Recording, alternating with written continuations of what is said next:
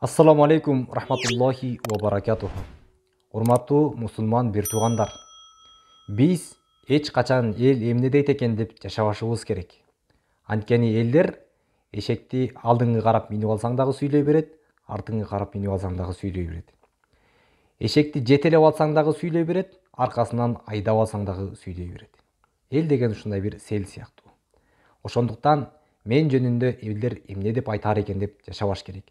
Ар бир адам өзүнүн алдыга койгон максатын унутпай, ошол максатына жетүүгө талпынышы зарыл. Муавия радиаллаху анху таяжеси болгон Айша радиаллаху анхага пайгамбарыбыз саллаллаху алейхи вассаламдын колуктусуна кат жазды.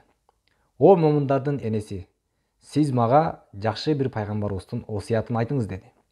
Кеңешин айтыңыз деди. Айша радиаллаху анха кайрадан Муавияга кат жазды. Эгерде сен элдердин нааразы болуп калуусунан коркпостон туруп, Аллах Тааланын ыраазылыгына умтулсаң, Аллах Таала сенден ыраазы болот жана нааразы боло турган элди дагы сага ыраазы кылып коет деди.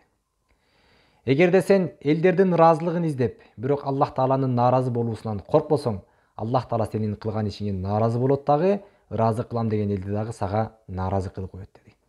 Бүгүнкү күндө бул акыйкат, урматтуу бир туугандар. Элди ыраазы кылыш мүмкүн эмес.